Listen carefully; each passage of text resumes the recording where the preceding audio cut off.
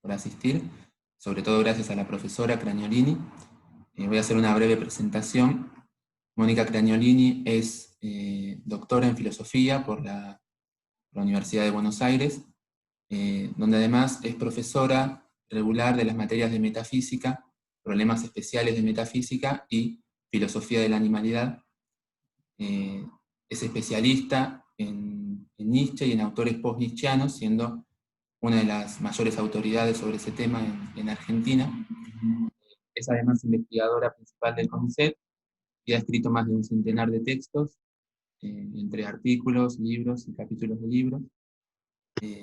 Bueno, además dirige la revista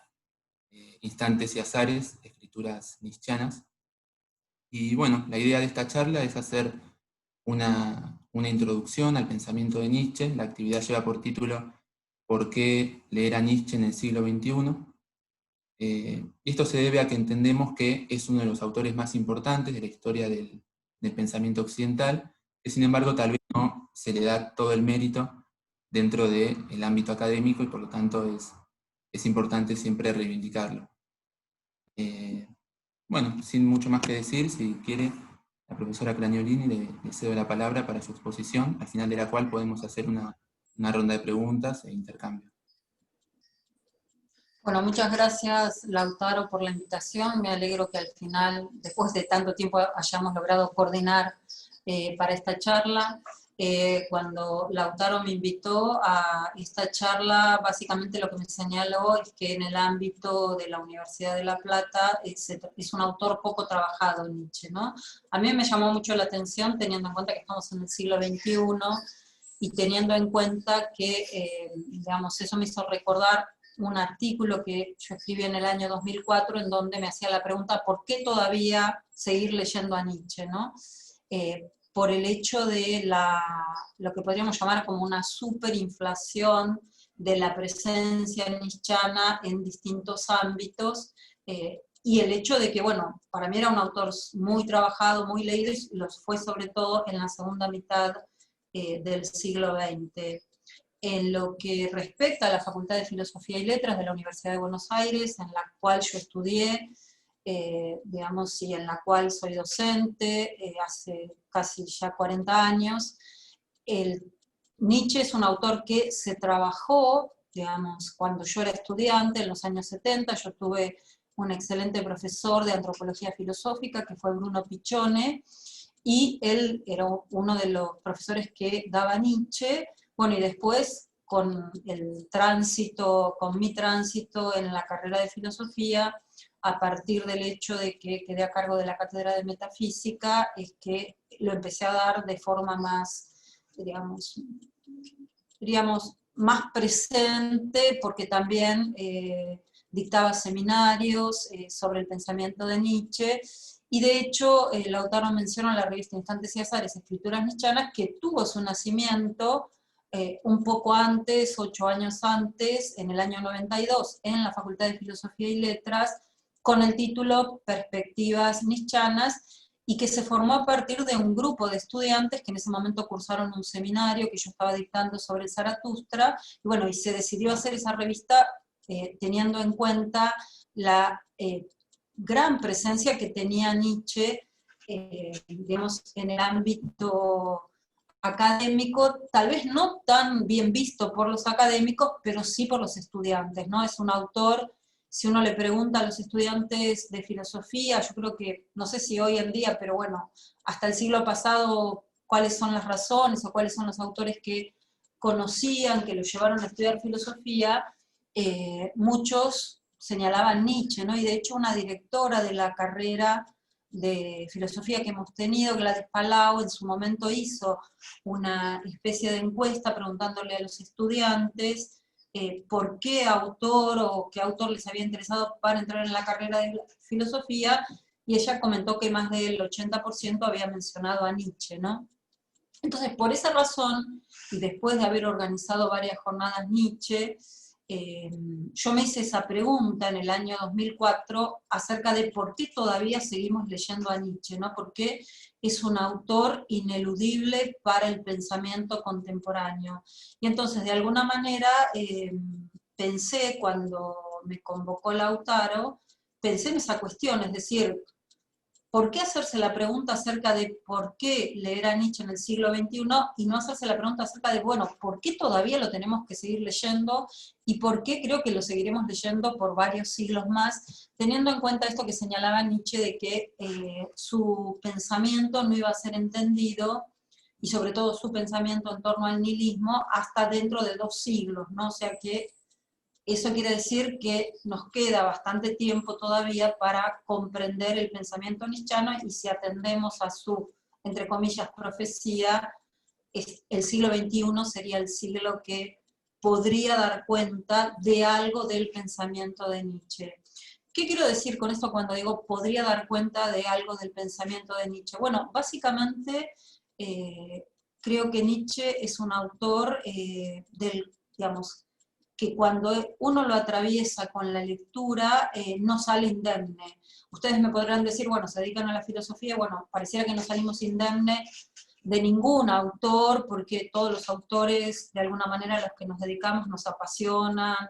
nos llevan a postularnos cuestiones desde el punto de vista del pensamiento, pero yo creo que en el caso de Nietzsche se da una particularidad, y es el hecho de que quien se acerca por primera vez al pensamiento de Nietzsche, o lo ama o lo odia, y digamos, si se genera una relación bastante tensional y ambivalente con su pensamiento. A mí, de hecho, lo que me pasó, digamos, mi primer vínculo con Nietzsche fue de odio total y absoluto, digamos, y de repudio a lo que él planteaba a nivel pensamiento, y yo creo que, digamos, esa relación que genera Nietzsche es una relación que obliga a deconstruir nuestro modo de ser habitual, ¿no? Y es por eso que es como si dijéramos, Nietzsche, él mismo dice de sí mismo que él es dinamita, y quien se acerca por primera vez a Nietzsche es como que le dieran un cachetazo y tuviera que hacerse la pregunta acerca, bueno, ¿y ahora qué voy a seguir haciendo con mi existencia después de haberme enfrentado a este pensamiento, ¿no? Eso es algo que, digamos, a lo mejor no acontece con todos los autores filosóficos, porque no tienen un tipo de escritura que convoca tanto y combina de alguna manera al lector a una respuesta, ¿no? Entonces, la pregunta que hay que hacerse, creo, en primer lugar, es por qué razón Nietzsche fue un autor tan rechazado en el ámbito académico durante mucho tiempo, y es recibido académicamente recién de manera más clara y directa a partir de la segunda mitad del siglo XX, ¿no? Y entonces, en ese primer sentido, creo que lo primero que habría que señalar es que Nietzsche tenía muy claro cuál iba a ser su, entre comillas, destino, porque él todo el tiempo se preguntaba si existían oídos adecuados para lo que él planteaba a nivel del pensamiento. También se hacía la pregunta acerca de en qué manos estarán mis libros dentro de 50 años. Esa pregunta es muy impactante porque, bueno, 50 años después que él se hace esa pregunta, sus libros estaban en manos de los soldados que iban a la trinchera, digamos, si se había hecho una edición de Hacerlo Zaratustra, una edición de bolsillo que, según cuenta Richard Visser, los soldados se llevaban a la trinchera y, digamos, en medio de la guerra leían ese texto. ¿Por qué razón? Bueno, porque 50 años después, quienes retomaron algún aspecto de lo que Nietzsche planteó para hacer una ideología fueron los nacionalsocialistas, ¿no? Entonces, en ese sentido, cuando Nietzsche se hace esa pregunta, ¿en qué manos estaré dentro de 50 años? Bueno, pareciera que como si hubiera habido como una suerte de presagio de lo que iba a acontecer con su pensamiento, ¿no? Ahora enseguida me voy a referir con más detalle a ese tema, porque obviamente para hablar de Nietzsche hay que hablar siempre de su hermana, de Elizabeth Nietzsche, porque si bien le debemos a Elizabeth Nietzsche que Nietzsche haya sido considerado un autor que los teóricos del nacionalsocialismo retomaron para ciertos aspectos de su pensamiento, también a Elizabeth Nietzsche le debemos el hecho de que nosotros podemos estudiar a Nietzsche en el ámbito universitario. ¿Por qué? Porque fue ella la que se encargó de recoger todos los textos de su hermano y comenzar con la obra del archivo Nietzsche para comenzar a editar los textos que ya habían sido editados, volver a editarlos y fijarse qué es lo que pasaba con toda esa gran cantidad de textos que Nietzsche tenía escritos en libretas y que hoy en día constituyen lo que nosotros conocemos como los fragmentos póstumos, pero que en ese momento la hermana de Nietzsche comienza a publicar en esa obra, que muchas veces se cita como obra de Nietzsche, y bueno, tenemos que decir, no es una obra de Nietzsche, sino de Elizabeth Nietzsche, por así decirlo, que es La voluntad de poder, ¿no? Es decir, Elizabeth Nietzsche, en el intento de que su hermano quedara como un filósofo original y sistemático,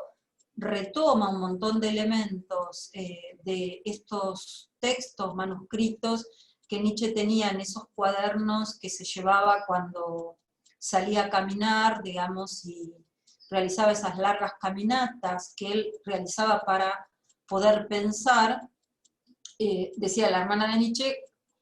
toma algunos elementos y publica esa obra que se conoce como La voluntad de poder, que bueno, hoy en día ningún investigador nietzscheano la cita como un texto de Nietzsche porque obviamente es un texto que remite a una compilación de su hermana, y ahí aparecen textos que no son de Nietzsche, ¿no? Porque, digamos, muchas veces acontece que algunos lectores no se dan cuenta que ahí Nietzsche, por ejemplo, está citando textos de autores rusos que leía mucho y que le gustaban mucho, y la hermana, cuando edita La voluntad de poder, obvia la mención de los autores, ¿no? Y entonces de repente, si uno se pone a hacer un análisis de ese texto llamado La voluntad de poder, se va a encontrar con que en realidad resulta muy problemático, y bueno, por eso vuelvo a decir, nadie, creo que después de la segunda mitad del siglo XX, cita ya a La voluntad de poder como un texto nietzscheano, salvo que uno la cite para hablar de el problema histórico que generó, lo que significó ese texto, el modo en que, digamos, es un texto apropiable por el nacionalsocialismo, etcétera, etcétera, ¿no? Entonces, en este sentido, lo primero que quería señalar, y por eso mencioné varias veces a la cuestión de la presencia de la hermana de Nietzsche en su obra, lo primero que quería señalar es que uno de los primeros problemas que tuvo Nietzsche para ser leído en los ámbitos académicos o en los ámbitos universitarios tuvo que ver con este aspecto que muchas veces se señala como la falsificación de los textos nietzscheanos. En realidad, digamos, el término falsificación no es muy adecuado para el pensamiento de Nietzsche, porque, como ustedes sabrán, los que han leído algo de Nietzsche, Nietzsche es un autor en el cual no es posible establecer ese límite tan taxativo entre lo verdadero y lo falso, y para Nietzsche todo es del orden del error, por lo tanto, diríamos en términos habituales, todo sería falso. A eso que todo es falso, Nietzsche lo llamaría todo es del orden de la ficción, ¿no? Entonces decía, mencioné lo de la hermana de Nietzsche, no tanto por la cuestión de si Elizabeth falsificó o no falsificó a Nietzsche, sino porque en buena medida ella es responsable de la creación de lo que podríamos llamar el mito Nietzsche, que después fue, digamos, continuado por otros poetas. Estoy pensando en el círculo de Stefan George en Austria, digamos, y otros poetas que retoman el pensamiento de Nietzsche para plantearlo como una suerte de poeta maldito, ¿no? Como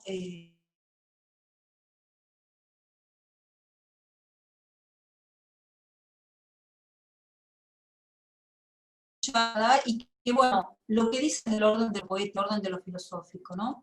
Y decía, ¿por qué la hermana contribuyó a eso? Porque si bien Elizabeth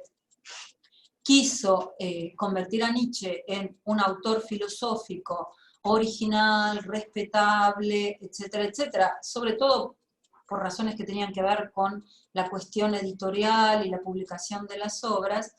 si bien decía ella tuvo ese interés, también ella fue responsable de crear el mito Nietzsche en el sentido de convertir a su hermano en una especie de objeto que era visitado continuamente por distintas personas, a partir del momento en que Nietzsche, en enero del año 1889, y hasta su muerte, en el año 1900, entra en esos 11 años que se llaman, o se consideran, el periodo de la locura, ¿no? Como ustedes saben, Nietzsche, en enero de 1889,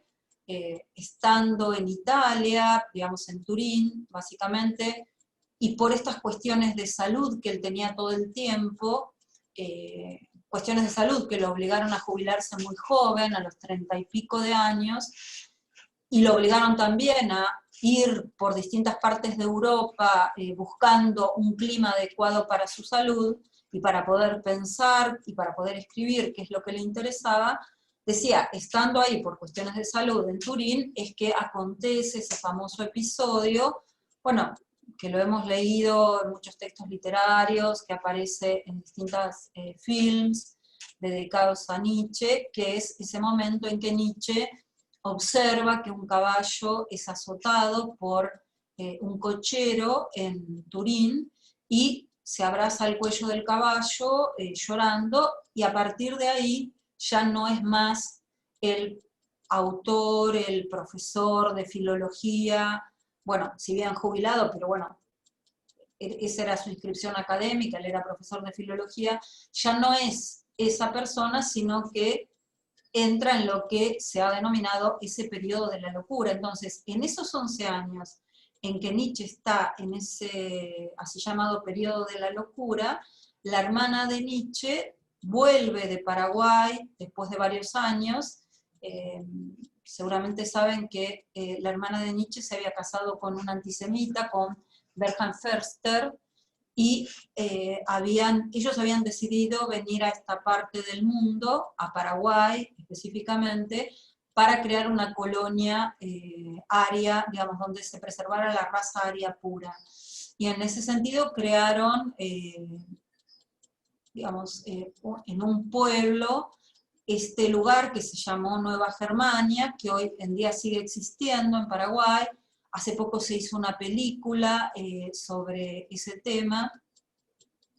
creo que se llama algo así como Un lugar tan lejos, bueno, ahora no recuerdo bien, pero seguramente lo van a encontrar rápidamente. Y ellos lo que querían hacer,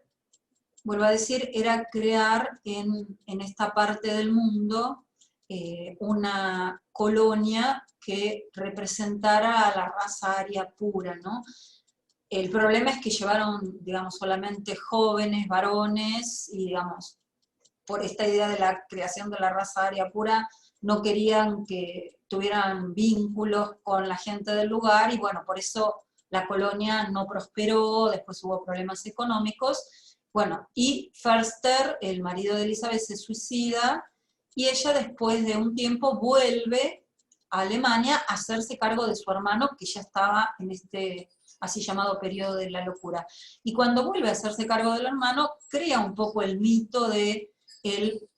poeta enfermo, al cual lo van a visitar intelectuales, poetas de distintas partes de Europa, y hacen como una visita de un personaje que era Nietzsche sentado, digamos, sin pronunciar palabra alguna. ¿Por qué? Porque Nietzsche, digamos, cuando entra en este periodo de la locura, va perdiendo poco a poco el discurso, va perdiendo la palabra, tiene afasia, y entonces desde ese punto de vista estaba ahí como, no sé, como si dijéramos, una especie de estatua que, digamos, era visitado por distintas personas, y entonces ella contribuyó a crear ese mito de Nietzsche como un poeta que entró en la locura y que se convierte en un ícono, digamos, a ser cuasi adorado por la intelectualidad del momento, y por eso es que publica esta obra, La voluntad de poder. Pero bueno, y ella es la que se vincula directamente con Hitler. Hitler va a visitar el archivo Nietzsche, y ella tiene varios intentos de proyectos en común con el nacionalsocialismo. Y esa es una de las razones por las cuales siempre se ha vinculado a Nietzsche con el nacionalsocialismo, y por eso también es que, digamos, su inserción en el ámbito académico ha sido bastante repudiada o rechazada, pensando que hay algo del pensamiento de Nietzsche que tiene que ver con el nacionalsocialismo. Obviamente no hay nada que se pueda vincular con el nacionalsocialismo, salvo tomar algún elemento, digamos, y armar textos como los que armaron Rosenberg, mito del siglo XX, para mostrar que Nietzsche, digamos, es un autor del nacionalsocialismo, ¿no? Por eso, todo esto lo señalaba para indicar que ese vínculo viene básicamente a través de la hermana, pero que si por un lado la hermana es la que convierte a Nietzsche en un autor del nacionalsocialismo, si por otro lado la hermana es también la que convierte a Nietzsche en una especie de mito, como este poeta loco que es visitado en una especie de santuario, también a la hermana de Nietzsche le debemos el hecho de que ella haya preservado la obra de Nietzsche, haya preservado todas esas libretas en las cuales se encontraban anotaciones que hacía Nietzsche en estas larguísimas caminatas. Nietzsche caminaba 8 a 11 horas por día para intentar desprenderse de sus migrañas y de los distintos problemas que tenía, y cuando hacía esas caminatas iba anotando en esas libretas, ¿no? Y entonces, si bien ella no publicó de forma completa lo que había en esas libretas, mucho de ello no le convenía, porque obviamente ahí aparecían elementos en los cuales Nietzsche rechazaba totalmente, no el nacionalsocialismo obviamente porque no lo conoció, pero sí el antisemitismo, que en la época en que Nietzsche escribía comenzaba a ser muy importante. Decía, ella publicó lo que le convino, pero después, cuando en los años 60 el archivo Nietzsche queda del lado del bloque oriental, es que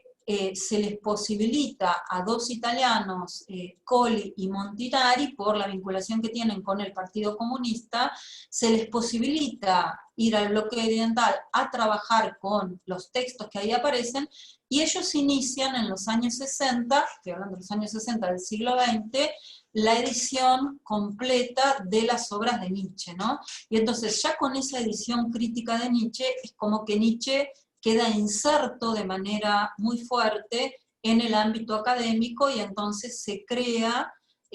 los estudios nietzscheanos, se crea la investigación en torno a la obra de Nietzsche, y aparece todo lo que tiene que ver con la forma de trabajo que tenían Colli y Montinari en este trabajo de la realización de la edición crítica, de buscar las fuentes de Nietzsche en cada uno de las referencias que hace, y bueno, toda la obra que después se continúa con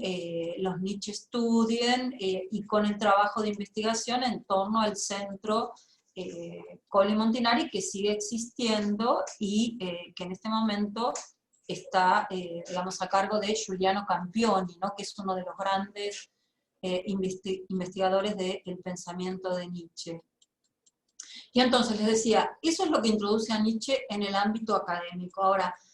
eso no quiere decir que antes no se leyera a Nietzsche en las facultades, en las universidades, pero lo leía la gente de letras, o sea, el mayor acercamiento al pensamiento de Nietzsche lo hacía la gente de letras, y de hecho el primer gran difusor que tiene Nietzsche en su vida de su obra es alguien que lo incluye en sus clases de historia de la literatura, que es Brandes, ¿no? Georg Brandes es quien reconoce la importancia de Nietzsche, pero bueno, lo piensa como un literato, ¿no? Ahora bien, todo esto lo señalé para indicar, digamos, la cuestión por la cual ha habido tantos problemas para la inserción de Nietzsche en el ámbito académico, y también esos problemas tienen que ver con el hecho de considerar que si Nietzsche, a partir del año 1889 y hasta su muerte, entra en el periodo de la locura, y que cuando él es inscrito en la clínica del doctor Bisbamberg, se anota que su enfermedad es PGP, es decir, parálisis general progresiva, y en ese momento un diagnóstico de PGP implicaba, digamos, una fase cuasi terminal de una sífilis. Eso sirvió para constituir también la idea de un pensador sifilítico de, entre comillas, dudosa moralidad, que por lo tanto, digamos, a lo mejor, no, como no se sabía cuándo se podría haber contagiado o no la sífilis, y, digamos, muchos retomaban un texto que Nietzsche cita, digamos, de una visita que hace a un burdel en Leipzig cuando tiene 21 o 22 años, y entonces se intentó hacer una conexión indicando, bueno, si allá a los 22 años tenía sífilis, esto fue produciendo un deterioro mental, y eso explica el carácter de su obra. O sea, eso sirvió para catapultarlo como, bueno, es un autor que estaba loco, no podía escribir lo que escribió más que estando loco, por lo tanto su obra no tiene ninguna importancia, ¿no? Fíjense que estoy señalando como distintas aristas por las cuales se consideró que no había que leer a Nietzsche, o porque había sido un autor del nacionalsocialismo, o porque era una figura mítica, bueno, que había devenido loca, o bien porque, bueno, y ahí yo creo que ahí se encontró como la pauta, si queremos decir moral, para decir, bueno, hay que sacar a Nietzsche del ámbito de las lecturas, no solo académicas, sino de las lecturas en general de todo el mundo, y es el hecho de que, bueno, era alguien, entre comillas, inmoral, que, digamos, tiene sífilis desde joven, eso le fue arruinando su cerebro, y ahí se entiende por qué escribió la obra que escribió, ¿no? Fíjense que hay mucho en la literatura en torno al pensamiento de Nietzsche acerca de la cuestión de vincular su obra con la locura, ¿no? De decir, solamente un loco puede haber escrito esto, y sobre todo, bueno, como ustedes saben, tal vez la frase más conocida, más repetida, hasta el hartazgo de Nietzsche es Dios ha muerto, que por otro lado no es una frase de Nietzsche, digamos, enseguida me voy a referir a eso, pero bueno, es una frase con una larga tradición en el pensamiento alemán. Pero digo, el decir que fue un poeta sifilítico, loco, eso implicaba considerar que su obra no tenía valor, ¿no? Y que por lo tanto había que dejar de lado su obra y decir, bueno, esto que escribió lo pudo haber escrito solamente un loco, por lo tanto no vale la pena leerlo, y por lo tanto a nivel filosófico no nos puede decir nada, porque quien escribe eso es un cerebro deteriorado, ¿no? Fíjense que ha sido tan fuerte y tan pregnante la cuestión de la muerte de Dios, que un autor como Giovanni Papini, cuando escribe El juicio final, digamos, coloca a Nietzsche en ese texto, en donde, bueno, es un texto, posiblemente lo hayan leído cuando yo era chica, era un texto que se leía mucho, y ahí Giovanni Papini va colocando a los grandes hombres de la historia frente, digamos, a lo que sería el juicio final después de la muerte, y entonces ahí lo coloca Nietzsche, y ahí Nietzsche pide perdón a Dios, ¿no? Es decir, Nietzsche le dice a Dios, si blasfemé contra vos es porque te amaba, y toda mi vida te busqué, y toda mi vida estuve detrás de tus pasos, y mi supuesto odio hacia tu persona no puede ser más que amor, ¿no?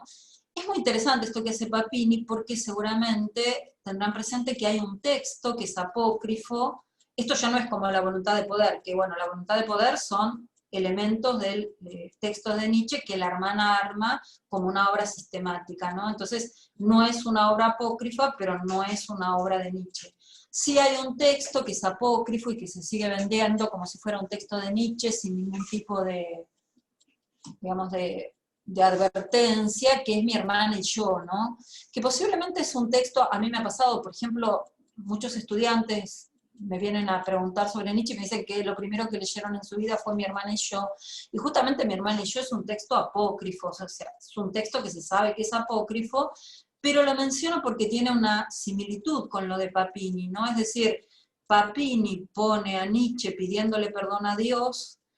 por haber blasfemado contra él y pidiéndole que ya muerto lo reciba digamos, en su ámbito propio, en el ámbito del paraíso. Y en Mi hermana y yo también, el personaje que escribe como si fuera Nietzsche se arrepiente de todo lo que dijo, ¿no? Digo, esto es muy interesante porque es como alguien se tomó el trabajo, se dice que ese alguien es un autor inglés, porque el texto nunca se encontró en alemán, se encontró en idioma inglés nada más, que se llama Plotkin, Plotkin se tomó el trabajo de escribir un texto para señalar que lo que Nietzsche había escrito era algo de lo cual se arrepintió.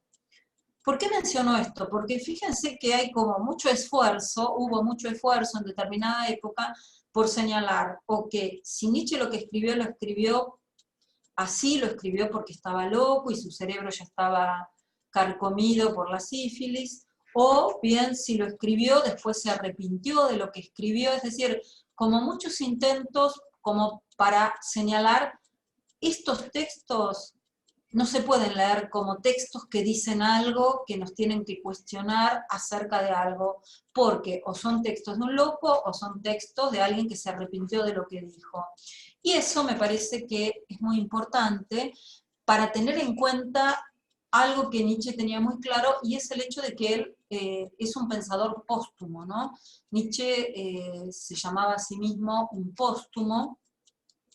alguien que llegaba siempre tarde, un intempestivo. Fíjense que el término intempestivo es el término unzeitgemäß en alemán, en donde lo que se quiere decir es lo que no tiene medida temporal. Es decir, Nietzsche no puede ser medido con ninguna medida temporal de ningún tiempo, porque él es, como se pensaba a sí mismo, un póstumo, alguien que llegó demasiado pronto y que solamente podrá ser entendido dentro de 2 siglos, como él señalaba, y es alguien siempre inadecuado, es siempre inactual para su época. Y esa es la razón por la cual yo creo que Nietzsche sigue siendo descubierto y sigue siendo leído, y digamos, siempre pareciera que tiene algo para decir en relación a nuestro presente, ¿no? Es cierto que,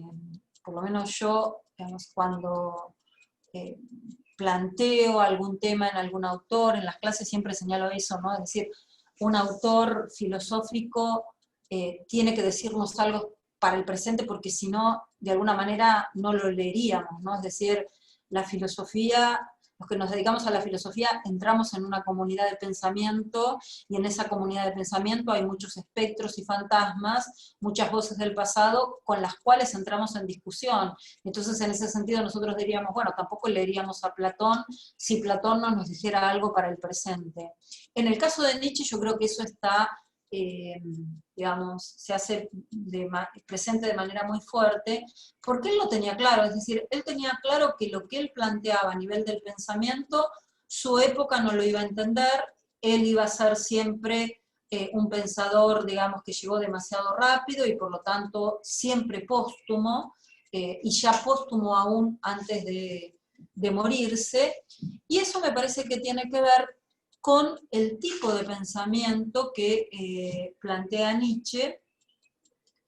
y que creo que se puede caracterizar muy bien a partir de una imagen que aparece en Más allá del bien y del mal, en donde Nietzsche hace la contraposición entre el sabio y el eremita, ¿no? Y entonces él señala, el sabio piensa que detrás de todo pensamiento hay otro pensamiento, mientras que el eremita es el que sabe que detrás de todo pensamiento hay otro pensamiento, y hay otro pensamiento más, y hay otro más, y esto, digamos, continúa sin llegar a un punto final, ¿no? Y por eso también dice, el eremita sabe que detrás de toda caverna hay otra caverna, que detrás de toda máscara hay otra máscara. ¿Por qué señalo esto? Porque creo que caracteriza muy bien el tipo de pensamiento que Nietzsche plantea con su filosofía. Es algo que también señala en el prólogo a la segunda edición de La ciencia jovial, cuando él dice que el filósofo que filosofa a partir de la enfermedad es el que siempre busca un estado final, una seguridad, una tranquilidad. Si nosotros asumimos que la filosofía debe ser pensada en este modo de no hay estados finales, y por lo tanto toda filosofía, como dice muy bien Nietzsche, es una filosofía de fachada, es una filosofía de superficie, y detrás de esa superficie hay otra, y detrás otra, y detrás otra, esto significa que la tarea del pensamiento no tiene final porque no se arriba a un estado final como un pensamiento sistemático, ¿no? Y entonces, ahí viene como un elemento que me parece muy importante para entender por qué Nietzsche, a pesar de ser un inactual, es siempre actual al mismo tiempo. Por eso Nietzsche es actual e inactual al mismo tiempo, porque ahí lo que se está haciendo patente, además de esto que yo decía de que no hay filosofía de los estados últimos, se está haciendo patente la crítica que Nietzsche le hace a toda la historia de la filosofía. ¿Cuál es esta crítica que Nietzsche le hace a toda la historia de la filosofía? Bueno, es lo que comúnmente se resume en la expresión Dios ha muerto, ¿no? Como yo les decía anteriormente, la expresión Dios ha muerto no es algo, entre comillas, original de Nietzsche. Nietzsche ahí retoma algo que se viene señalando en la poesía alemana. Por ejemplo, esto lo plantea Heinrich Heine, que es, como él dice muchas veces, su poeta predilecto, pero que también está presente en Hegel. Hegel ha hablado de la muerte de Dios, cuando habla precisamente de la cuestión del Viernes Santo especulativo y lo que significa a nivel del pensamiento el misterio de la muerte de Dios en la cruz y la resurrección. Entonces, en ese sentido, cuando Nietzsche dice Dios ha muerto, de alguna manera está señalando el modo de filosofar que él pretende y el modo también en que él diagnostica a la historia de la filosofía. ¿Por qué digo esto? Porque, fíjense, cuando se señala Dios ha muerto, lo que Nietzsche está queriendo señalar es un proceso que después será caracterizado como la secularización o será caracterizado como la deconstrucción ya en el pensamiento derridiano, pero básicamente lo que se quiere señalar con la muerte de Dios es que ya no podemos plantear que los sistemas de pensamiento tienen estados últimos como grandes fundamentos, grandes arjai, es decir, grandes, recuerdan que el término arjé en Aristóteles remite tanto a la idea de origen, fundamento, pero también a la idea de mando, y en ese sentido, como muy bien ha caracterizado Heidegger, cuando Aristóteles retoma los dos sentidos del término arjé como origen o causa y como mando, hace patente que el principio fundacional es el principio que gobierna el orden del mundo, ¿no? Y eso Nietzsche lo tiene, pero clarísimo, porque a Nietzsche lo que le interesa de los sistemas metafísicos es justamente el hecho de la efectualidad que producen los sistemas metafísicos. Es decir, si han leído a Nietzsche, habrán encontrado que Nietzsche no desarrolla tanto y no se preocupa tanto de argumentar para criticar por qué razón, pongamos, Aristóteles reúne en la noción de arjé tanto la noción de origen como la noción de mando, sino que la pregunta que se va a hacer Nietzsche es ¿qué es lo que hizo Aristóteles y qué es lo que hicieron los hombres con eso, ¿no? Es decir, a Nietzsche lo que le interesa es la efectualidad del pensamiento, y por eso su crítica a los filósofos, ¿no? Es decir, en textos como Más allá del bien y del mal y El crepúsculo de los ídolos, Nietzsche caracteriza, bueno, nos caracteriza a todos los que nos dedicamos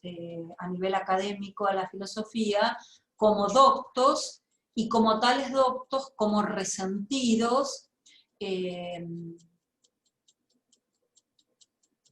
Creo que, digamos, todas esas caracterizaciones que Nietzsche hace de la vida académica son muy actuales, porque de alguna manera él muestra cómo se conforma el académico en un lugar determinado, cómo quiere defender ese lugar y cómo en la defensa de ese lugar le importa muy poco, digamos, la filosofía y, digamos, aquello a lo cual ascribe como filósofo, sino que lo que le interesa es el ejercicio del poder como profesor, como, digamos, en el cargo que tiene, y lo que significa ese ejercicio de poder sobre los estudiantes, sobre sus colegas, etcétera, etcétera, ¿no? Por eso digo, las caracterizaciones que hace Nietzsche de la vida académica son muy actuales y nos permiten pensar muchas cuestiones de nuestra propia vida académica, porque él muestra de qué manera hay algo que corre por la sangre, digamos, de la vida de los claustros, y que es la cuestión de reconocer a quien piensa, no soportar el pensamiento del otro y, como él dice, tratar de encontrar mezquinamente algún elemento de debilidad para que ese pensamiento no se haga evidente, ¿no? Y acá viene su crítica y la distinción que Nietzsche hace entre los obreros filosóficos y los filósofos artistas, los que piensan, los que toman los conceptos para pensar, y Nietzsche también va a decir para danzar, ¿no? Porque de alguna manera él señala, bueno, la vida del académico es la vida del que revuelve libros, ¿no? Es decir, el académico es una especie de revolvedor de libros que busca las fuentes, busca en qué lugar, pongamos el caso de la investigación de Nietzsche, busca en qué lugar Nietzsche dijo tal cosa, con eso arma un escrito señalando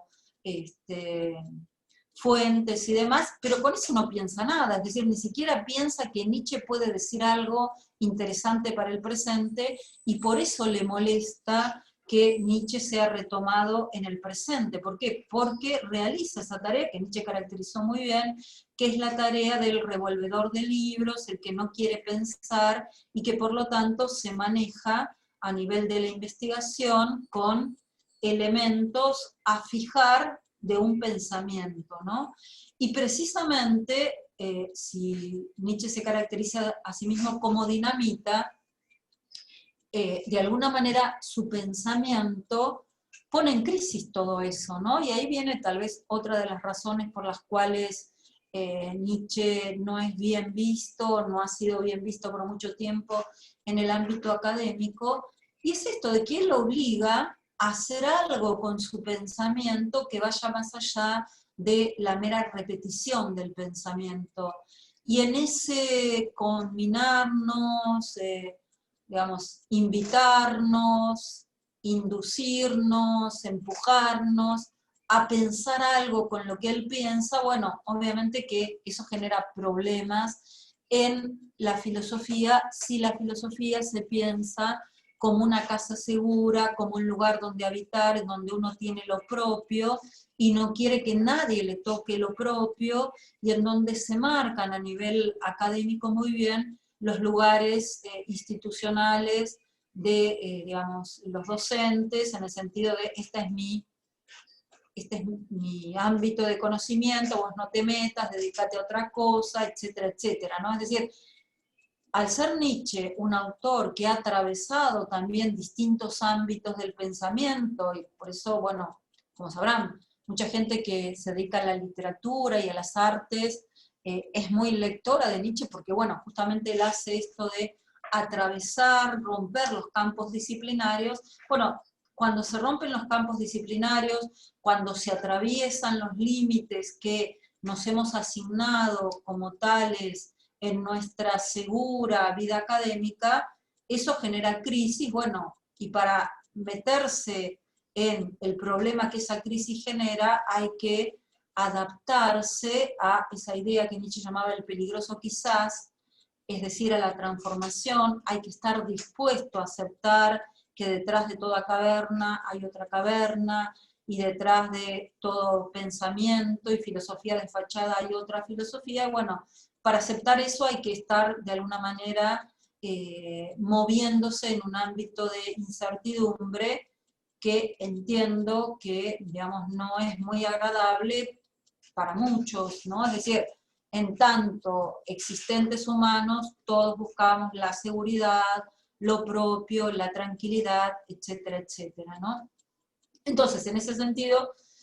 Nietzsche como crítico de la metafísica en este sentido de lo que está contenido en la consideración de la metafísica como sistemas ordenados en torno a un arjé, en torno a un fundamento, que Nietzsche concentra en el término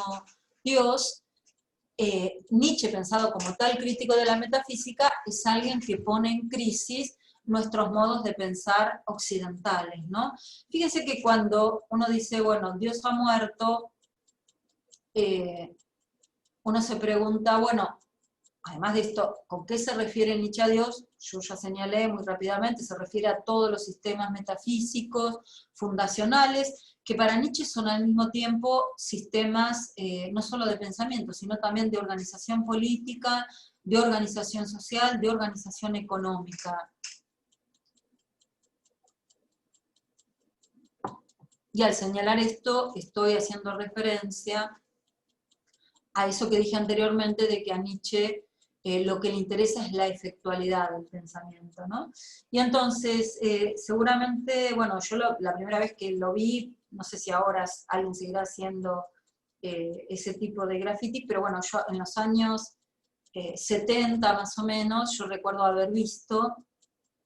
en una calle escrito, digamos, con graffiti, Dios es la respuesta, y alguien abajo había escrito, pero ¿cuál era la pregunta? ¿No? Y eso es lo que le interesa a Nietzsche, es decir, ¿qué pregunta se hizo el hombre para responder que Dios es el fundamento de los sistemas metafísicos, de los sistemas religiosos y de los sistemas morales? Y entonces, cuando uno se hace esta pregunta, es decir, bueno, ¿cuál es la pregunta a la cual Dios es la respuesta? Entiende por qué Nietzsche habla de la muerte de Dios, porque bueno, de alguna manera Nietzsche lo que va a caracterizar allí es la cuestión del sinsentido, ¿no? Es decir, el hecho de que la existencia del hombre se desarrolla en una condición tal por la cual constantemente tendemos a buscar sentidos, tendemos a buscar respuestas a las problemáticas que nos atraviesan, sobre todo Nietzsche va a decir, tendemos a buscar respuesta al dolor sin causa, y para encontrar una respuesta a eso, que no tiene respuesta alguna, porque digamos, Nietzsche aquí estaría asumiendo que el mundo no tiene sentido alguno, que no estamos por ninguna razón en especial, como dirían las religiones o ciertos sistemas de pensamiento en el mundo, sino que estamos arrojados al sinsentido, y por esa razón fíjense que Nietzsche ha sido uno de los autores tan retomados por el pensamiento existencialista ya en el siglo XX. Decía, cuando Nietzsche se hace esa pregunta, de alguna manera lo que va a señalar es que los sistemas filosóficos y también los sistemas religiosos lo que intentan hacer es dar una respuesta a lo que no tendría respuesta alguna, es decir, el mundo no tiene sentido alguno y el modo de ser del existente humano, tal como ha sido pensado hasta ahora, es el que intenta buscar un sentido para la existencia. En la búsqueda de ese sentido para la existencia, busca siempre un sentido último. ¿Por qué? Porque un sentido último, llámeselo Dios, llámeselo idea, llámeselo imperativo categórico, da tranquilidad, tranquiliza la conciencia. Digamos, digamos, cuando nos encontramos en medio de una crisis, algo que nos tire, digamos, una mano de seguridad, bueno, nos da en medio de la crisis, en medio, digamos, de un naufragio, nos da una seguridad. El problema, va a señalar Nietzsche, es que precisamente el hombre, el modo de ser del existente humano, tal como lo ha conformado a lo largo de la historia de la metafísica, la filosofía occidental, lo que quiere básicamente es esa tranquilidad, es ese habitar en la seguridad, es ese habitar, diríamos, la casa de la metafísica y estar seguro del principio fundacional y poder armar entonces la casa de la metafísica en virtud de ese principio, ¿no? Y en virtud de ese principio, bueno, que se llaman sistemas metafísicos, en donde para fundamentar lo que se quiere fundamentar, se argumenta, se utilizan las lógicas tradicionales occidentales que responden a lo que había planteado Aristóteles con el principio de identidad, el principio de contradicción, digamos, la idea que estaba muy presente en la metafísica aristotélica cuando Aristóteles señala que lo uno y lo mismo siempre tienen que ser pensados juntos, ¿no? ¿Y por qué indico esto? Porque ahí se hace patente cómo en el nombre de Dios, como principio fundacional, se ha establecido una metafísica que es una metafísica que Nietzsche caracteriza genialmente con un término que él crea que es monótono teísmo. Es decir, la idea de que hay un teos, un Dios, un fundamento a lo largo de todos los sistemas metafísicos y que ese fundamento es monótono. O sea, es siempre el mismo. La mismidad nos tranquiliza la conciencia, el principio de identidad nos tranquiliza la conciencia y por lo tanto la metafísica occidental se ha construido con esa lógica, con la lógica de la mismidad, con la lógica de la identidad y en el rechazo de la diferencia, ¿no? Antes mencionaba todo esto de Nietzsche pensado como un poeta loco, sifilítico, inmoral, etc. Bueno, eso es una muestra de el rechazo de la historia del pensamiento al que es anómalo, al que es diferente, al que representa dentro del sistema bien construido de la historia de la metafísica, al que representa, digamos, un punto de crisis, que hace evidente que las cosas no son tan seguras como pensábamos, ¿no? Y entonces, en ese sentido, vuelvo a decir, lo que hace patente la muerte de Dios es la cuestión del sinsentido de la existencia, la necesidad de construir sentidos últimos, y por eso toda la crítica a la historia de la metafísica, muchas veces se dice, bueno, no hay que estudiar a Nietzsche en la academia porque Nietzsche no argumenta y su forma de filosofar es diferente, etc. Yo siempre digo cuando dicto clases de metafísica que esa hojita y media que Nietzsche desarrolla en la historia de un error, en el crepúsculo de los ídolos, o sea, cómo el mundo verdadero devino una fábula, en donde señala punto por punto los momentos de la historia de la metafísica, ese para mí es el mejor tratado de metafísica que uno pueda tener. ¿Por qué? Porque Nietzsche ha tenido la genialidad de, en una carilla y media, de dar cuenta de los elementos importantes en la historia de la metafísica. Y vuelvo a decir, esto es lo que le interesa a Nietzsche. A Nietzsche no le interesa si para argumentar el lugar de la idea en tanto absoluto, Hegel recurre, digamos, en el proceso dialéctico a la objetivación de la idea, etcétera, etcétera, no le interesa ese proceso de pensamiento, sino que lo que le interesa es qué se hace con eso. Y por eso digo, la historia de un error es un tratado de metafísica, digamos, que resume en una carilla y media lo que podría ser, digamos, un enorme mamotreto de 2000 o 1.000.000 de páginas de la historia de la metafísica, porque Nietzsche va al núcleo, o sea, tiene ese, digamos, ese ojo avisor,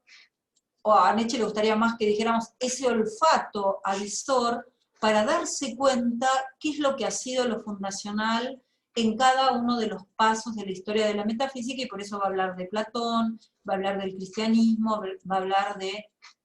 Kant, digamos, va a hablar del positivismo y de cómo se va transformando, digamos, el pensamiento en torno siempre al principio fundacional, porque lo que él va a ir desarrollando en ese pequeño texto es precisamente el trayecto que realiza la idea desde el momento en que la concibe Platón como fundamento de esta división en dos mundos que es la cultura occidental, porque digamos, por más transformaciones que nosotros aceptemos de nuestra cultura occidental, seguimos siendo platónicos desde el punto de vista que seguimos pensando en términos oposicionales. Y entonces Nietzsche lo que muestra es que estamos en una forma de pensamiento que es una lógica oposicional, una lógica binaria, una lógica fundada en un principio fundacional que, digamos, en términos del pensamiento contemporáneo, nosotros diríamos ese principio fundacional no solo es Dios, sino que es el padre, es el macho, es el sujeto pensado en la forma masculina, es la ley pensada como ley del padre, etcétera, etcétera, ¿no? Entonces, Nietzsche ve claramente a la historia de la metafísica de esa manera, critica esa historia de la metafísica y por eso su obra es una obra tan disruptiva para el pensamiento académico y para el pensamiento metafísico, ¿no? Y entonces la cuestión es la siguiente, digamos, Nietzsche decía, bueno, no voy a ser leído en mi época, y sí tenemos que decir que en la segunda mitad del siglo XX, y sobre todo a partir del inicio de la edición crítica de Coelho y Montinari, Nietzsche comienza a ser releído, se produce lo que algunos autores han llamado el renacimiento nietzscheano en muchos ámbitos de pensamiento, y en la segunda mitad del siglo XX es casi ineludible por ejemplo, el pensamiento francés sin Nietzsche, ¿no? Es decir, piensen que Nietzsche es retomado por Bataille en la década del 40, por Blanchot, es retomado después por Deleuze, por Derrida, es decir, es como que es un autor que va atravesando a los distintos pensadores del siglo XX, y bueno, sigue muy vigente en el siglo XXI. Vamos, Nancy, un autor como Nancy no puede ser pensado sin lo que plantea el pensamiento nietzscheano, a pesar de que no se asuma como nietzscheano, ¿no? Y acá voy a otro concepto que me interesa destacar, que es la cuestión de lo post-nietzscheano, ¿no? Es decir, nosotros diríamos que muchos de los autores contemporáneos son autores post-nietzscheanos sin necesidad de remitirse directamente a Nietzsche. Yo mencionaba a Jean-Luc Nancy. Jean-Luc Nancy, por supuesto que ha hablado de Nietzsche en distintos textos, pero no es alguien que se dedique al pensamiento nietzscheano, como tampoco diríamos lo es Derrida, ¿no? Es decir, de hecho a Derrida le hacen una entrevista que aparece en uno de los, en el journal de los Nietzsche, of Nietzsche Studies, en la cual le preguntan por qué no está más presente Nietzsche en su obra, y Derrida señala que él de alguna manera no puede encerrar a Nietzsche en un sistema de pensamiento, pero bueno, que Nietzsche está presente aquí y allá en su obra. Si han leído Políticas de la Amistad, bueno, habrán visto la fuerte presencia que tiene el pensamiento nietzscheano en la obra de Derrida, pero no solo en la de Derrida, vuelvo a decir, sino en todos los autores que consideramos post-nietzscheanos, ¿no? Por eso se mencionó que dirijo esta revista, que ahora se llama Instantes y Azares, Escrituras Nietzscheanas, y a partir del año 2004 comenzamos a introducir en la revista como la sección no solo de artículos nietzscheanos, sino también de artículos post-nietzscheanos. ¿Por qué? Porque a mí se me hizo patente que tal vez lo más interesante de Nietzsche no se encuentra en quien trata de sistematizar su pensamiento, trata de buscar las fuentes de su pensamiento, etcétera, etcétera, sino en quien puede pensar temas contemporáneos con esta impronta de lo nietzscheano, ¿no? Y por eso para mí el término post-nietzscheano es un término que yo caracterizaría diciendo simplemente un post-nietzscheano es el que sabe, como pedía Zaratustra, sabe decirle adiós a Nietzsche, ¿no? Recuerdan que Zaratustra, este personaje que aparece en Así habló Zaratustra, la obra de Nietzsche que él considera su obra más afirmativa, que digamos es su obra más potente en el sentido que es la obra que presenta el aspecto más afirmativo del pensamiento de Nietzsche, ahí Zaratustra se pasa toda la obra buscando discípulos y de alguna manera cuando cree que los encuentra, lo que le señala a los discípulos precisamente es que lo abandonen, ¿no? Es decir, el pensamiento nietzscheano creo que tiene esa forma, es un pensamiento en el cual uno no puede permanecer reproduciéndolo simplemente, sino que es un pensamiento que nos obliga a abandonar a Nietzsche, a decirle adiós a Nietzsche y a pensar con los elementos que da el pensamiento nietzscheano cuestiones actuales. Por eso digo, esto de que Nietzsche es un pensador actual e inactual, porque tiene siempre esa característica, nos permite pensar siempre las cuestiones del presente, hay en su filosofía elementos para seguir pensando siempre, ¿no? Y entonces, volviendo a estos elementos que estaba señalando, señalé la cuestión de la crítica de la metafísica, el hecho de que el pensamiento de Nietzsche plantea otra lógica, diferente de la lógica binaria, y esa lógica, digamos, sin referencia explícita a Nietzsche, ha sido retomada por estos autores contemporáneos que yo mencioné, es decir, si han leído a Blanchot, si han leído a Derrida, si han leído a Bataille, habrán visto que ellos desarrollan el pensamiento con lógicas que son totalmente diferentes a la lógica de la identidad, de la mismidad, etcétera, a la que nos ha habituado el pensamiento metafísico tradicional. Y entonces, en ese sentido, si uno quisiera señalar, bueno, entonces, ¿cuál es el aspecto del pensamiento nietzscheano en esta actualidad e inactualidad de Nietzsche? Y esta pregunta que se hacía, que es la pregunta acerca de por qué seguir leyendo a Nietzsche en el siglo XXI, yo creo que justamente seguimos leyendo a Nietzsche en el siglo XXI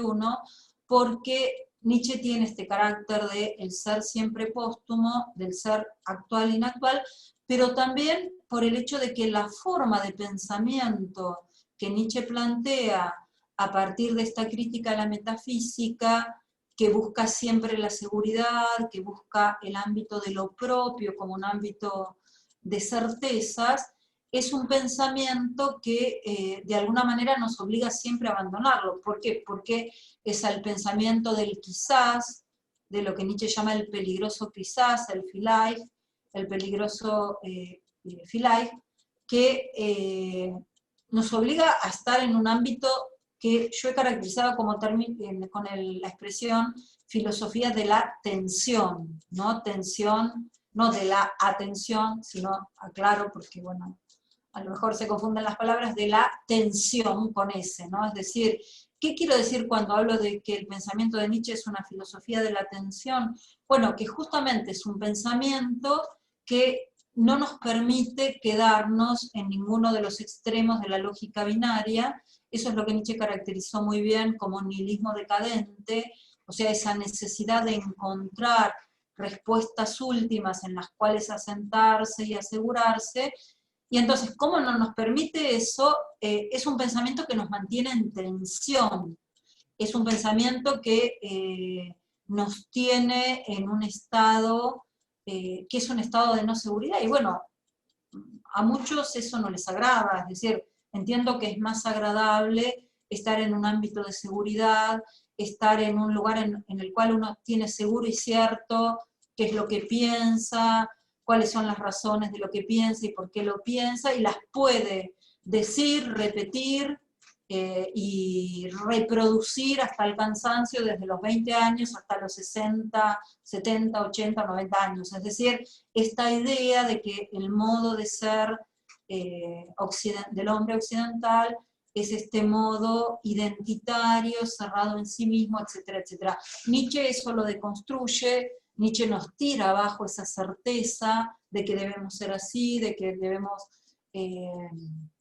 preservar un ámbito de lo propio. Fíjense que Nietzsche en el Zaratustra, a ese que hace eso lo llama último hombre, que es el que está seguro de sí mismo, el omnicontento, el que dice, como dice Zaratustra, todo para mí, ¿no? Es decir, es el hombre, en definitiva es el hombre del mundo del mercado, el hombre del capitalismo, que bueno, se asienta en la seguridad de la posibilidad de ser siempre el mismo, por esta idea de que, bueno, uno mismo, por sí mismo, puede lograr cosas como si existiera solo por fuera de, digamos, las redes sociales, cuando hablo de redes no hablo de Facebook, ¿no? Sino que hablo del tejido social y el modo en que todos estamos imbrincados en un ámbito común y el modo en que el otro de alguna manera ya está presente en nosotros, ¿no? Y entonces, tomando todos estos elementos, yo creo que, y para ir cerrando, así no me paso demasiado del tiempo que me plantearon para la charla, yo creo que Nietzsche es un autor que atraviesa todo el pensamiento contemporáneo y por eso no se podría leer prácticamente ningún autor contemporáneo, digamos, bueno, por lo menos hablo de los autores de la línea continental, no se podría leer ningún autor contemporáneo sin tener presente cómo es atravesado por el pensamiento de Nietzsche, lo diga explícitamente o no lo diga, ¿no? Es casi como un momento dentro de, un giro dentro de la historia del pensamiento contemporáneo, en donde no se entendería la deconstrucción sin Nietzsche, no se entendería, bueno, buena parte del estructuralismo también sin Nietzsche, no se entendería el existencialismo sin Nietzsche, y no se entendería, digamos,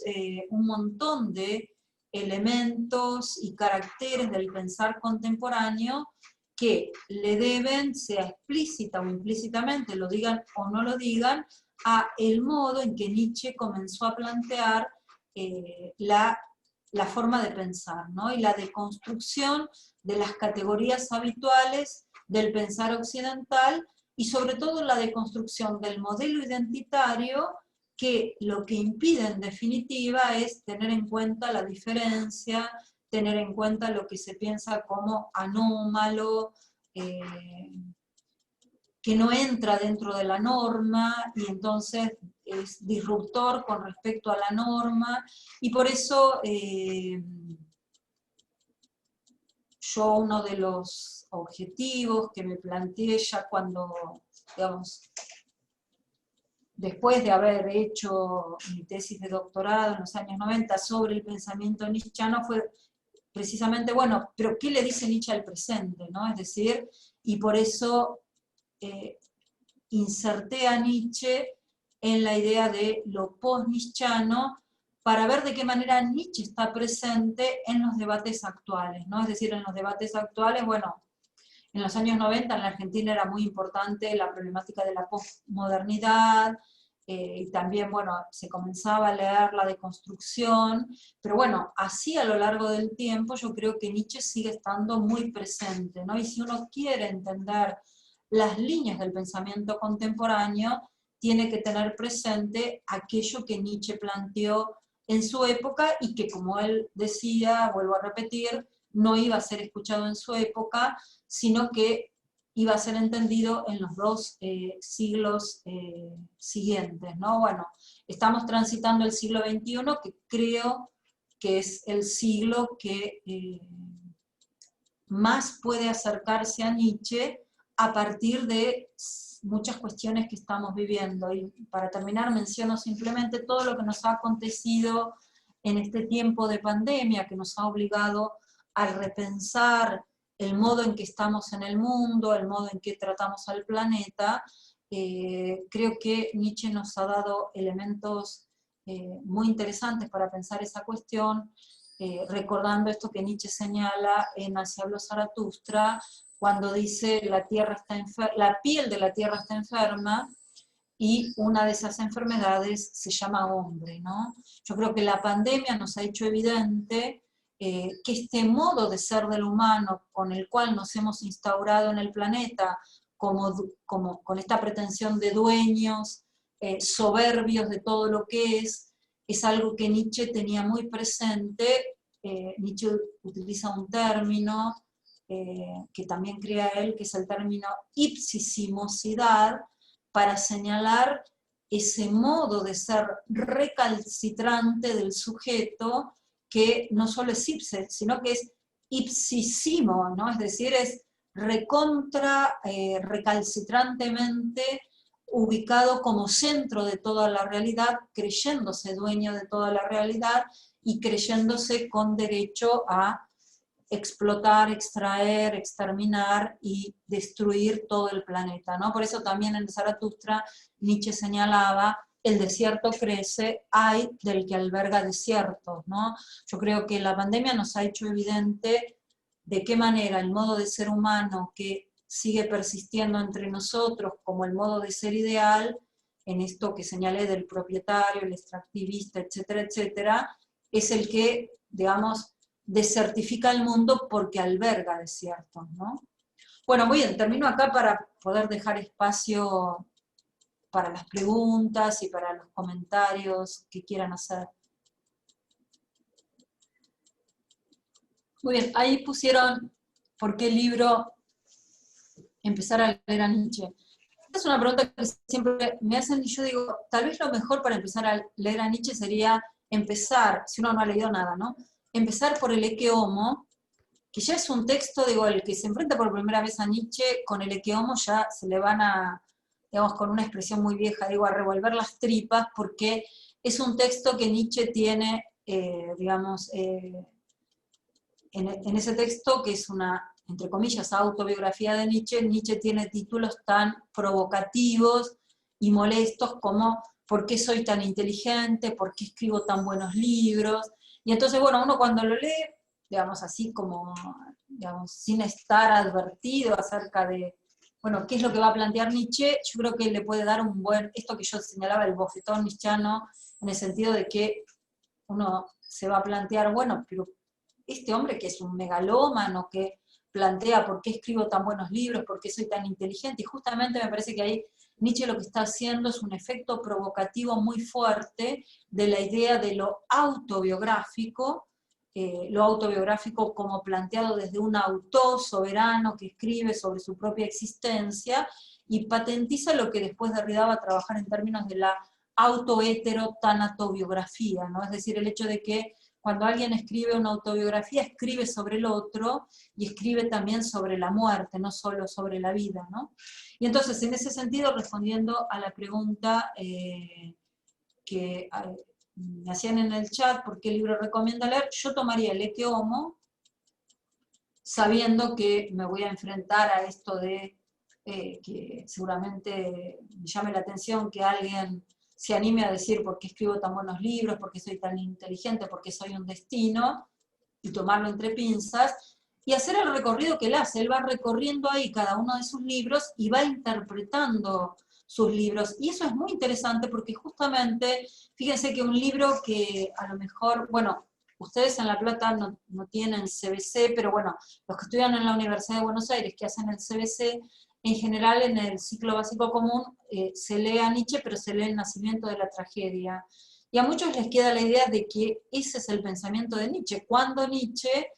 justamente repudia los conceptos del nacimiento de la tragedia, porque se da cuenta que cuando él escribe El nacimiento de la tragedia, era un pensador todavía de alguna manera romántico, que buscaba las totalidades, que escribió ese texto para rendirle un homenaje a Wagner y también al primer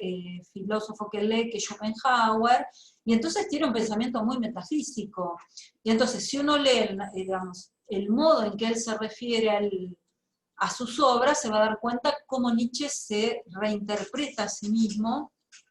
y se vuelve a leer, ¿no? Entonces creo que un buen texto para comenzar sería tomar el Ecce Homo y hacer el trabajo de ir leyendo cada una de las obras que él va comentando, en el orden que él las comenta, y después sí, digamos, como hay textos que no se publicaron cuando él escribía el Ecce Homo y quedaron para la publicación posterior, sí leer los textos que quedaron para la publicación posterior, y sobre todo, bueno, como ustedes ahora tienen la ventaja de que los fragmentos póstumos, es decir, estos textos que Nietzsche escribía en estos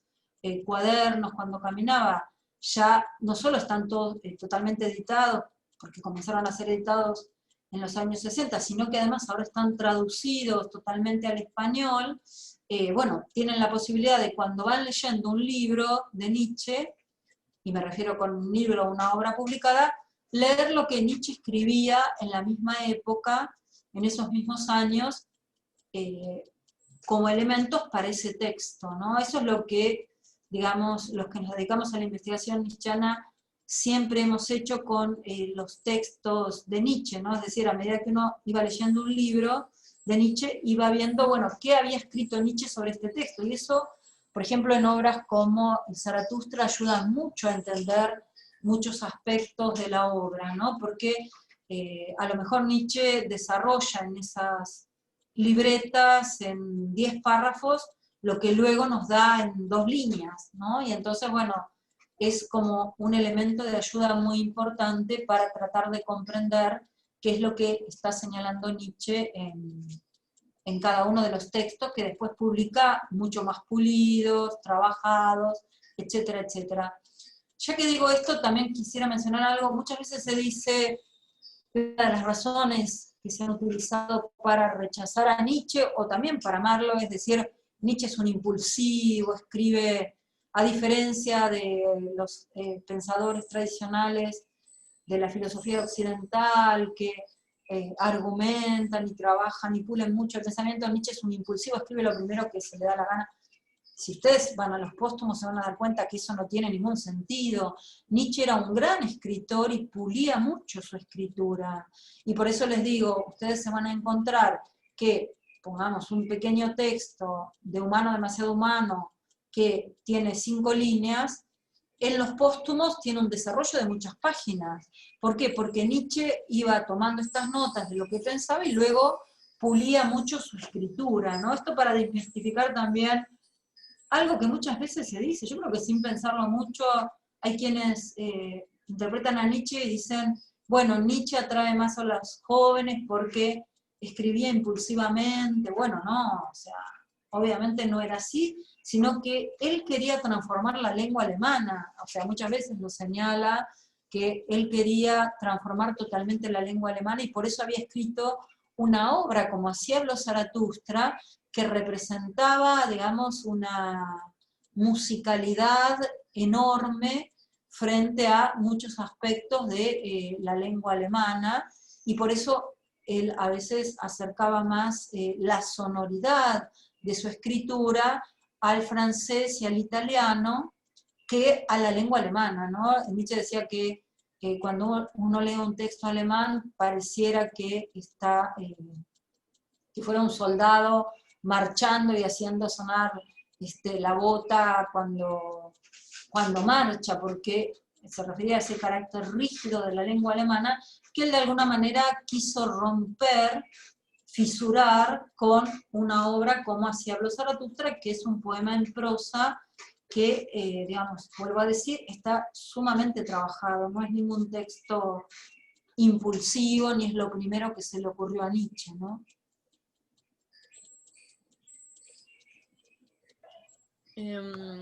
Hola, bueno, muchas gracias por la charla. Yo lo que te quería preguntar es justamente, bueno, un poco esto que vos hablabas recién, si puedes ampliar ahí un poco cuáles son las influencias de Nietzsche para tener un pensamiento tan antropocéntrico, digamos, a tan temprana edad, porque, por ejemplo, ahí en Sobre verdad y mentira en sentido extramoral, él tiene como un pensamiento crítico de esta idea del intelecto humano como el centro del universo, y en él, digamos, él dice, la enfermedad lo despertó, digamos, de todo este pensamiento, de toda esta falsa salud, digamos, pero no sé bien cuáles son sus influencias en esa época en Alemania para tener ese pensamiento tan descentrado, digamos, de lo humano.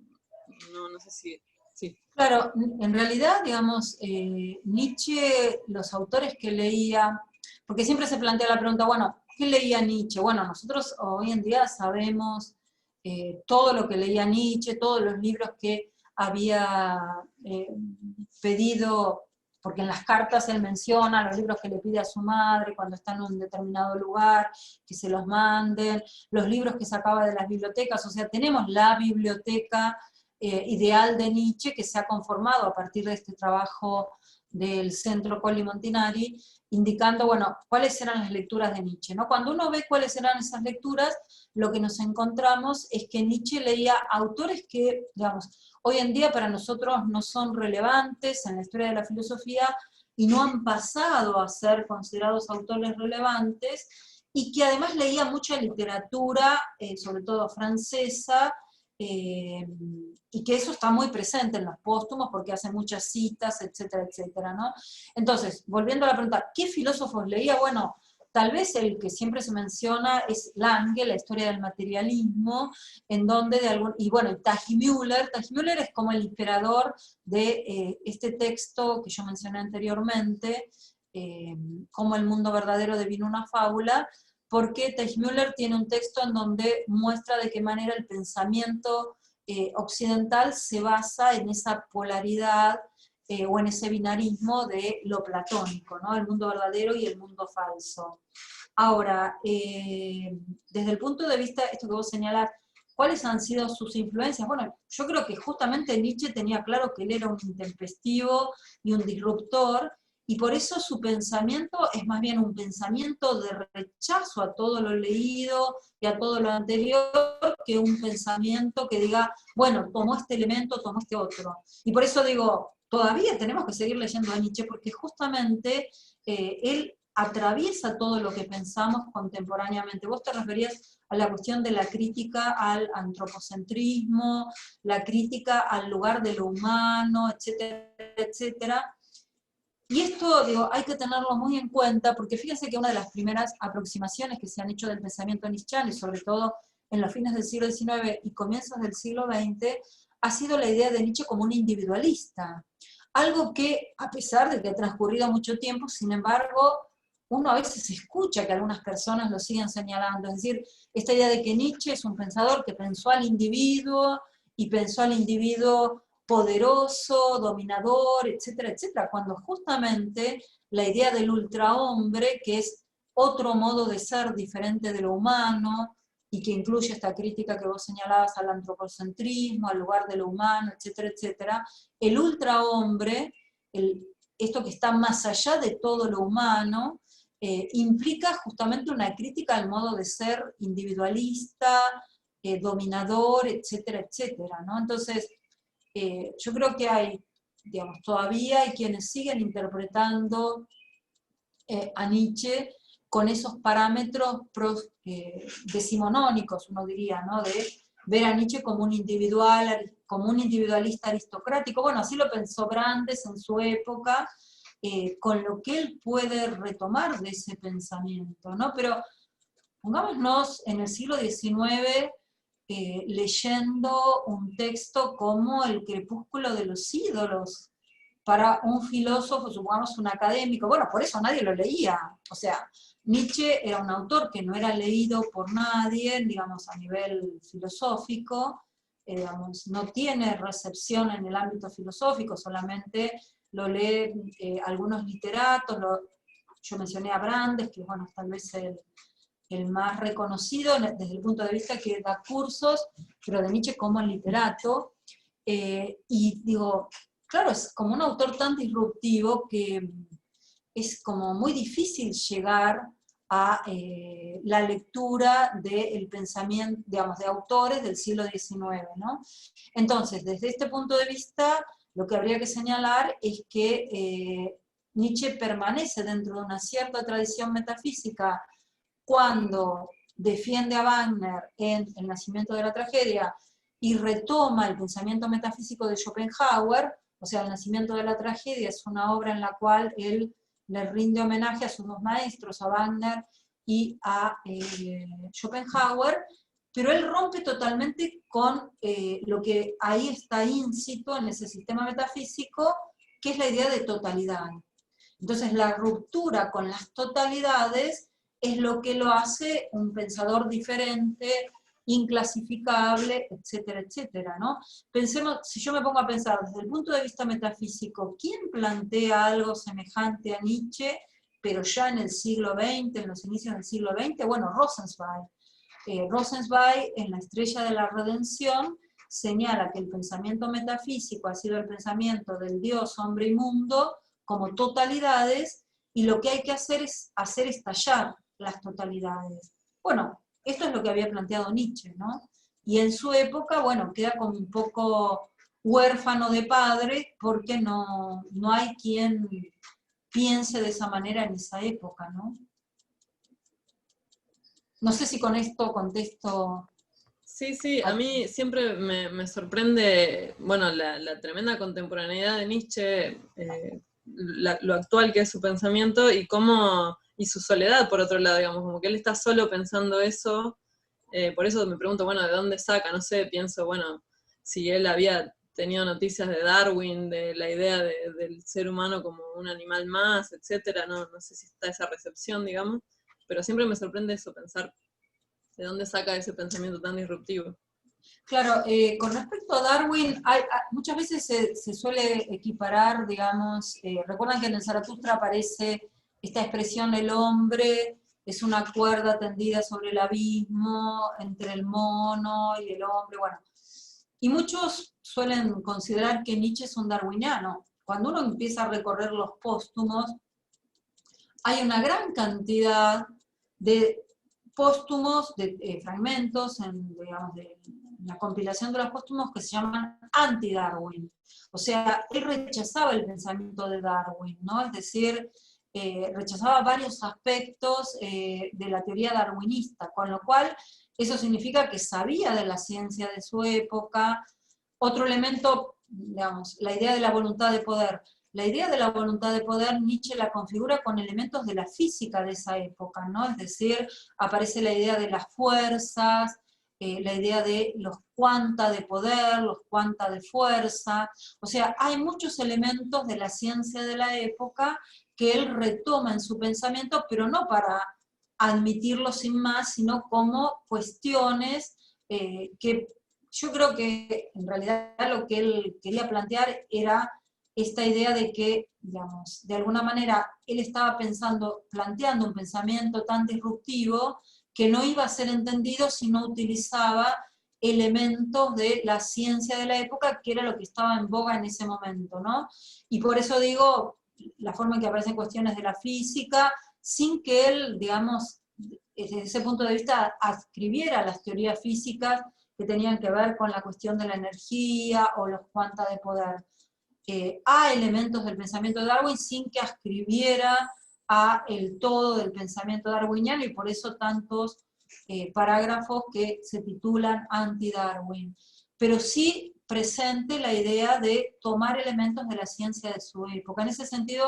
hay un libro que ya es clásico dentro de los estudios nietzscheanos, que es el libro de Babette Babich sobre Nietzsche y la ciencia, ¿no? Es decir, qué elementos de la ciencia de su época Nietzsche tomaba. Pero vuelvo a decir, no los toma in toto, no es que se torna darwiniano o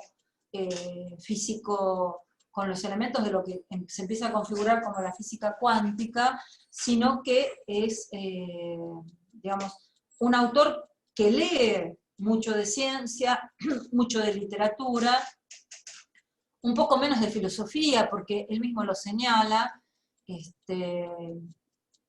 o sea, señala de qué manera su acercamiento a la filosofía no es el de un académico tradicional. Recordemos que Nietzsche estudió filología y que su profesión, su inscripción profesional en la Universidad de Basilea es como filólogo, ¿no? Da filología clásica. Entonces, en ese sentido, no es que su ámbito de formación ha sido la filosofía, y de hecho muchos textos de filosofía que ha leído los ha leído más bien a través de intérpretes que los textos fuente en sí, ¿no? Sin embargo, fíjense que a pesar de no haber leído muchos textos fuentes, yo creo que tiene muy claro cuál es el espíritu de la filosofía, y a él lo que le interesa, vuelvo a decir, es la cuestión de la efectualidad, ¿no? Por eso la crítica a los sistemas filosóficos desde el punto de vista de lo que producen, ¿no?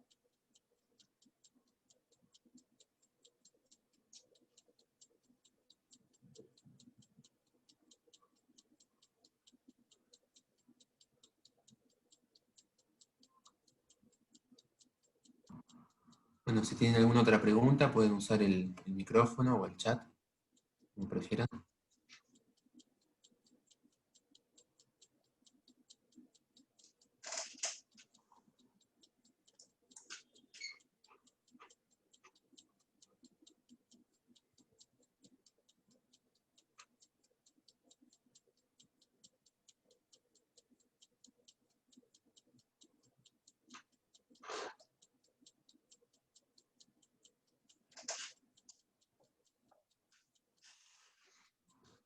Bueno, yo aprovecho por ahí para preguntar, siguiendo en continuidad con lo que preguntó Luciana.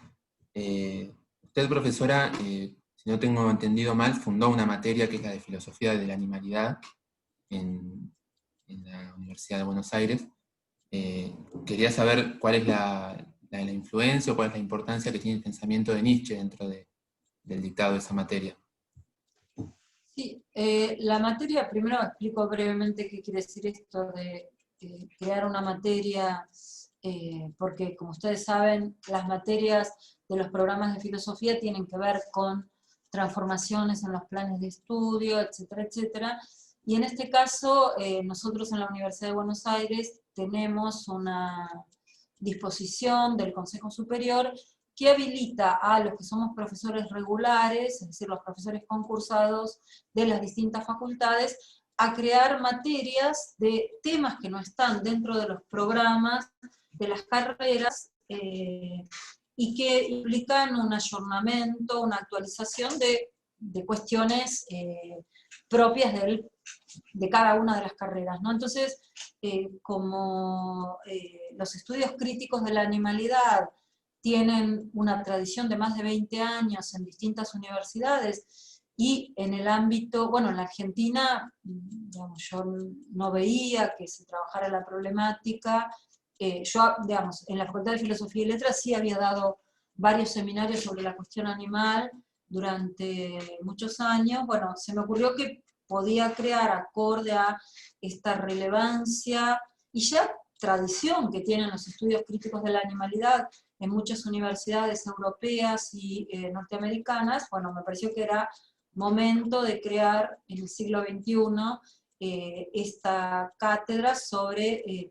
digamos, sobre los temas que trabaja la filosofía de la animalidad.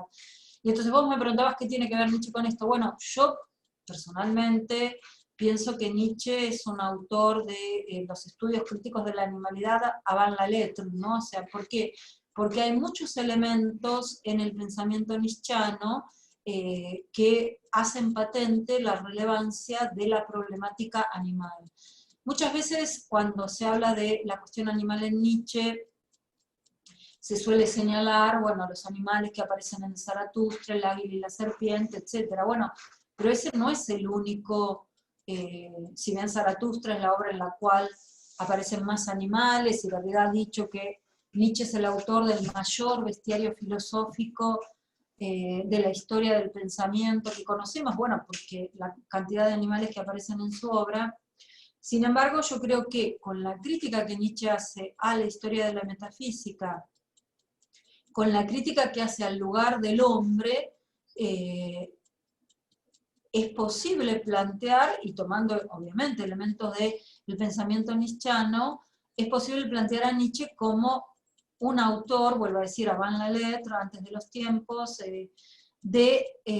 los estudios críticos de la animalidad, ¿no? Y en este sentido, vuelvo a decir, retomando toda la cuestión metafísica que yo resumí en la crítica a las arcai o los grandes fundamentos, y la crítica a lo humano y al lugar de lo humano, creo que en el pensamiento de Nietzsche nos da la posibilidad de pensar otro vínculo con la animalidad, es decir, el modo de ser humano se ha constituido, como esto que mencioné anteriormente, que se dice en el Zaratustra, el hombre es la enfermedad de la piel de la tierra,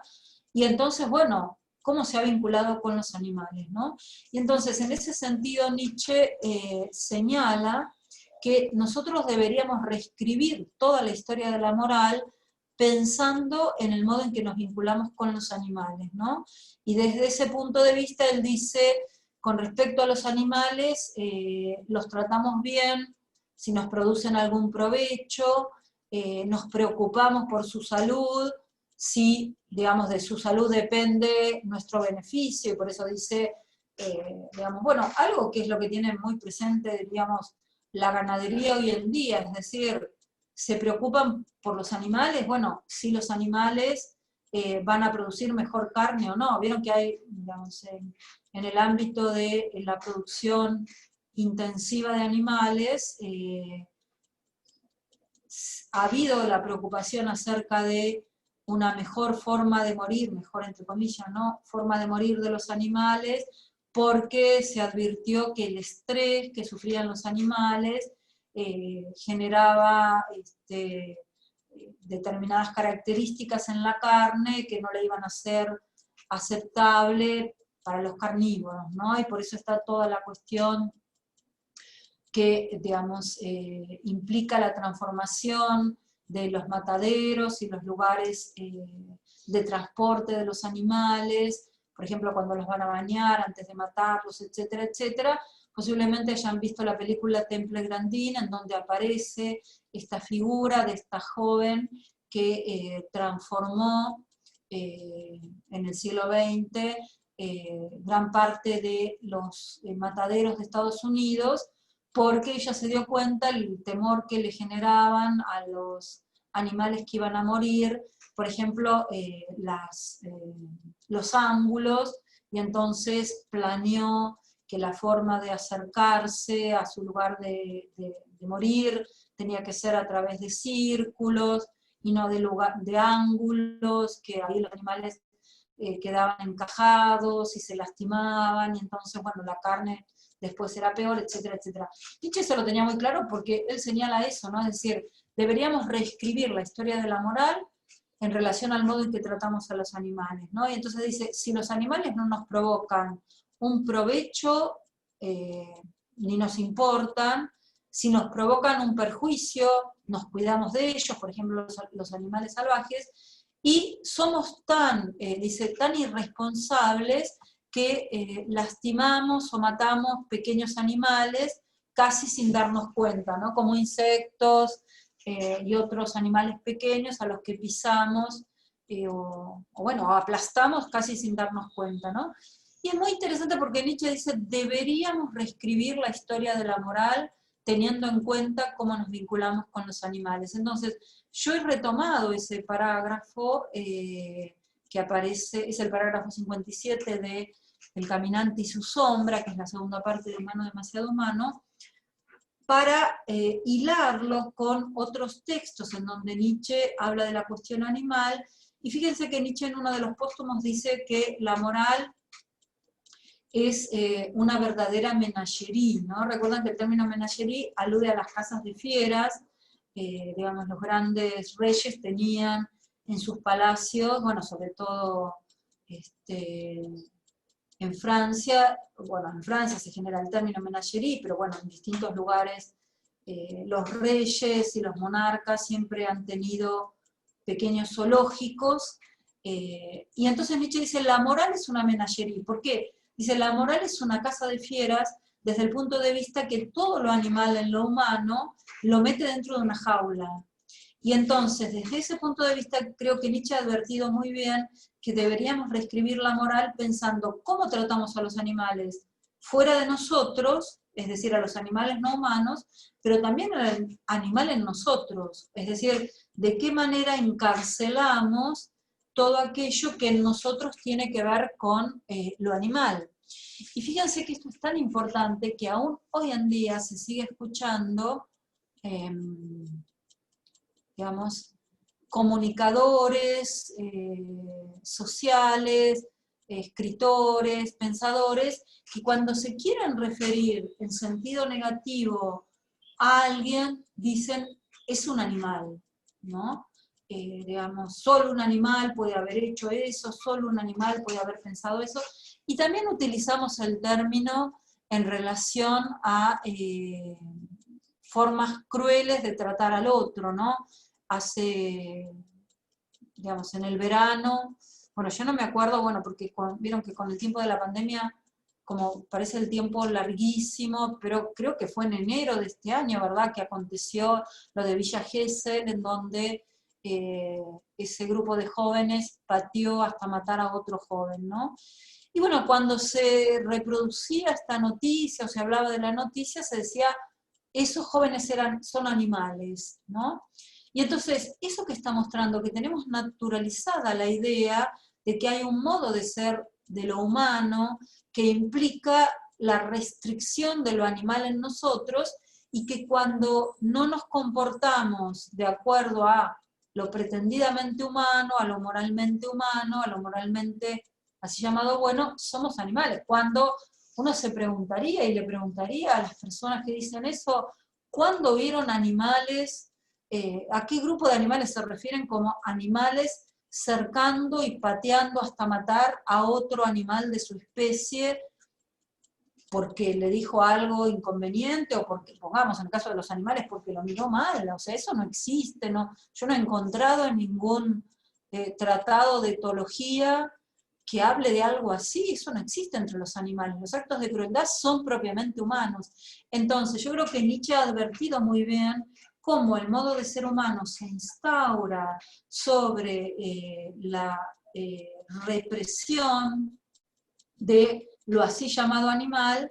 y pensamos entonces en términos de animal, y utilizamos el término animal para referirnos al otro que supuestamente no se adecúa al modelo moral de lo humano que nosotros pensamos, sin tener en cuenta que eso es una modalización de las formas de vida animales y que no se da en ninguna forma de vida animal, es decir, cruel, mezquino, torturador,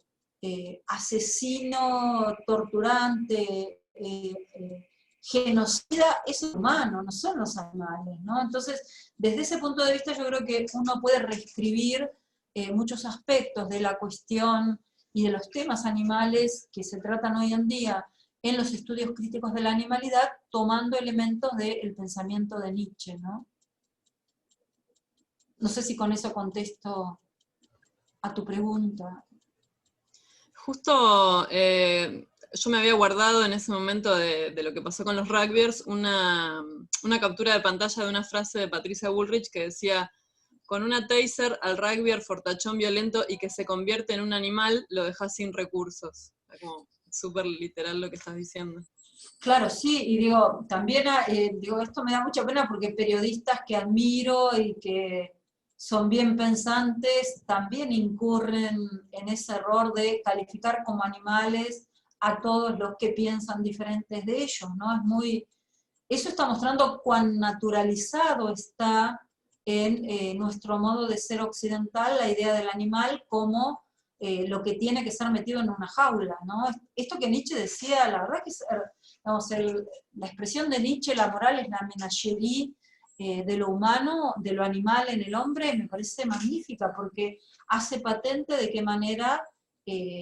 algo que después va a desarrollar el psicoanálisis, como la cuestión de la sublimación, la represión, etcétera, tienen que ver con la problemática de la cuestión animal y cómo aquello que pensamos como animal lo sublimamos, lo reprimimos, lo escondemos, etcétera, etcétera. El resultado es este desastre que somos como humanos, ¿no? Es decir, la idea de que por represión de sentimientos, pasiones, etcétera, vamos a ser mejores personas, etcétera, etcétera. Bueno, las pruebas están a la vista, ¿no? Que no es así, quiero decir, ¿no?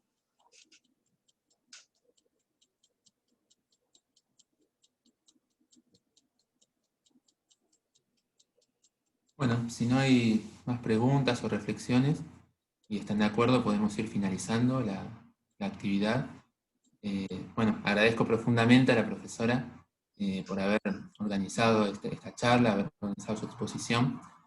Y bueno, no quería desaprovechar justamente esta temática y siguiendo en continuidad.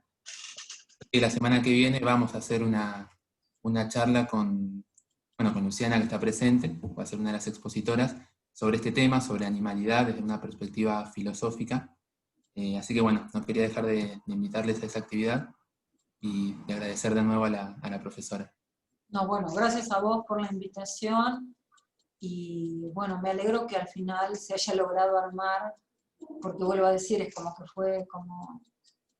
cambio de fechas, etcétera. Bueno, me alegro de que hayamos encontrado una fecha posible para pensar estas cuestiones, y si no han leído a Nietzsche, la verdad que los empujaría a ponerse a leer a Nietzsche, porque creo que para quien no lo ha leído es un gran transformador de la existencia, sea para amarlo, vuelvo a decir, sea para rechazarlo, pero bueno, es un autor que nos pone en crisis, nos hace evidente cuántas cosas hemos naturalizado con respecto a nuestro modo de ser,